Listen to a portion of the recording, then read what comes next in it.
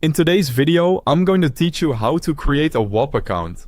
If you're new to Whop, think of it as a platform where you can join communities, discover digital products, and even launch your own business offerings. All in one place.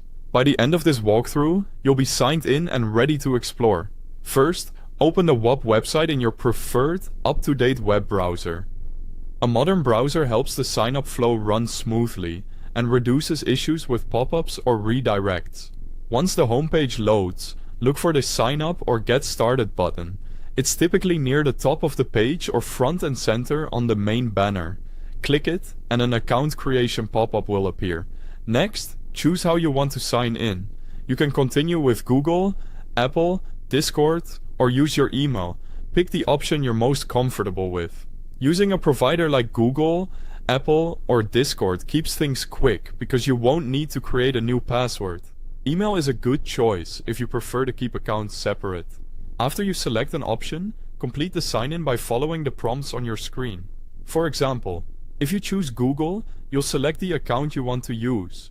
If you choose Apple or Discord, you'll be taken to a secure page to confirm. Approve access where requested, so Whop can create your account and link it to that sign-in method.